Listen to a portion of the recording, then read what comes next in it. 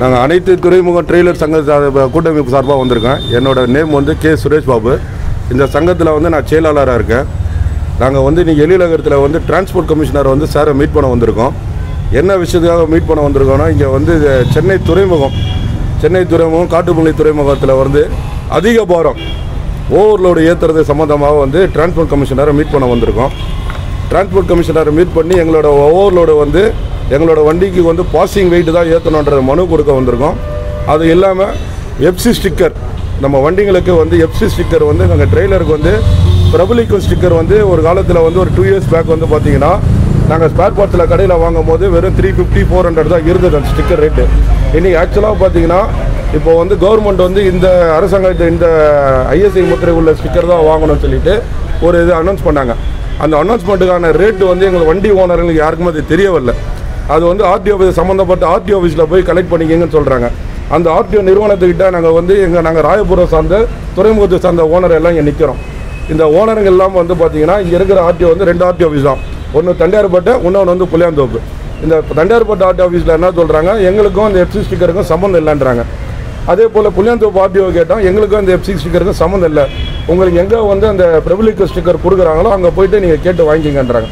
ஆக்சுவலாக வந்து 2 years back வந்து நாங்கள் வந்து 250 ரூபா 300 அந்த ஸ்டிக்கர் ஓட்டியிருந்தது. இன்றைக்கி வந்து ஒரு வண்டிக்கு 5500 6000 வாங்குறாங்க.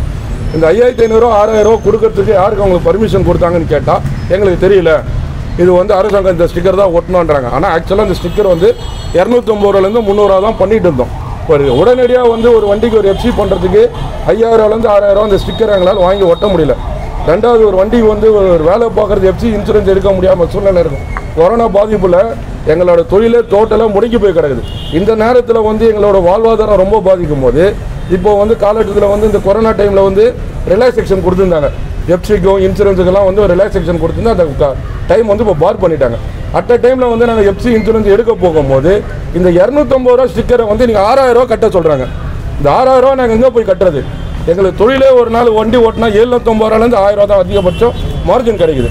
இந்த மார்ஜினை வச்சுக்கிட்டு வாரத்துக்கு 3 நாள் தான் ஒரு லோடு ஓட்ட முடியுது. இந்த சென்னை துறைமுகத்தை சார்ந்து பார்த்தீங்கன்னா என்ஆர் எக்ஸ்பிரஸ் ரோடு, சத்தியமூர்த்தி நகர், எம்எஃப்எல், மஞ்சம்பாக்கம், மீஞ்சூர் வரைக்கும் ஒரு சாலை இருக்குது ஆர்பர் துறைமுக போகிறதுக்கு. அந்த சாலை இருக்குது ஆர்பர் துறைமுக போகிறதுக்கு. அந்த துறைமுகம் சார்ந்த வந்த வண்டி வரைவோட போலீஸ் வந்து மறிச்சு வண்டி வராமல் ரொம்ப தடங்கல் பண்ணுறாங்க. ஒரு வண்டி நாங்கள் வேலை வாய்ப்பு துறைமுகத்தை சார்ந்து வரோன்னா 600 1500 பணம் கட்டினா தான் அந்த வண்டி உள்ளே வருது ஆர்பருக்கு.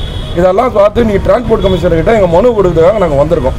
எங்களுக்கு வந்து நிரந்தரமாக இந்த கோரிக்கையை வந்து இந்த ரிஃப்ளெக்டர் ஸ்டிக்கர் உடனடியாக வந்து எங்களுக்கு நல்ல சொல்யூஷன் பண்ணி தரணும். இல்லை எங்கள் சங்கத்துக்கு சார்ந்து ஏதாவது பேச்சுவார்த்தை பண்ணி எங்களுக்கு ஒரு டீலர்ஷிப்பு கொடுத்து இவங்களுக்கு அங்கீகாரம் கொடுத்து எங்களுக்கு வந்து இப்போ 5000 6000 எங்களால் பண்ண முடியாது.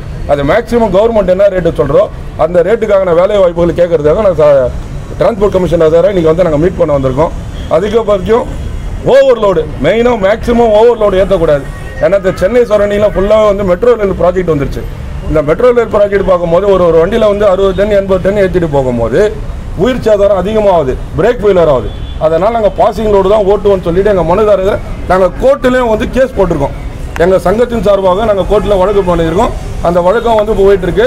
அதுலேயும் வந்து கமிட்டியில் வந்து டிரான்ஸ்போர்ட் கமிஷனரும் இன்வால்வ் இருக்கார்.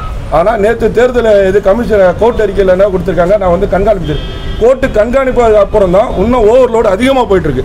அதுக்கு முன்னாடி வந்து ஓவர்லோடு கம்மியாக இருந்தது. கோர்ட்டு எப்போ வந்து இது கண்காணிக்க ஆரம்பிச்சதோ அதுலேருந்து தான் ஓவர்லோடு அதிகமாக போயிட்டுருக்கு.